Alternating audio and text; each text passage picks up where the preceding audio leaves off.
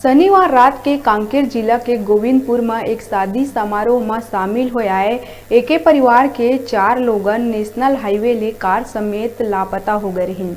चारों के mobile switch off आवत रहिस। एकर सूचना मिलत ही पुलिस तलाश में जुटे रहिस। घटना के बाद पुलिस विभाग में हड़कंप मचे रहिस। पुलिस गुमशुदगी के मामला दर्ज कर जांच शुरू करी। सोमवार मंझनिया पुलिस जंगलवार कॉलेज तीर एक कुआं ले लापता कार ला बरामद करीस। उन्हें कार ले लापता चारों के शव भी मिले हैं।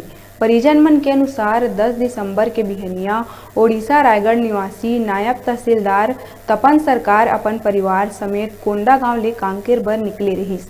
शादी कार्यक्रम में शामिल होए के बाद रात में लगभग 10 बजे कांकेर ले कार में चारों सदस्य कोंडा गांव बर निकलिस, जेकर बाद ले चारों घर नहीं लौटिन और सब्बों के मोबाइल भी बंद बतावत रहिस। फिलहाल चारों लोगन के शव और कार ला पुलिस बरामद कर लिए है।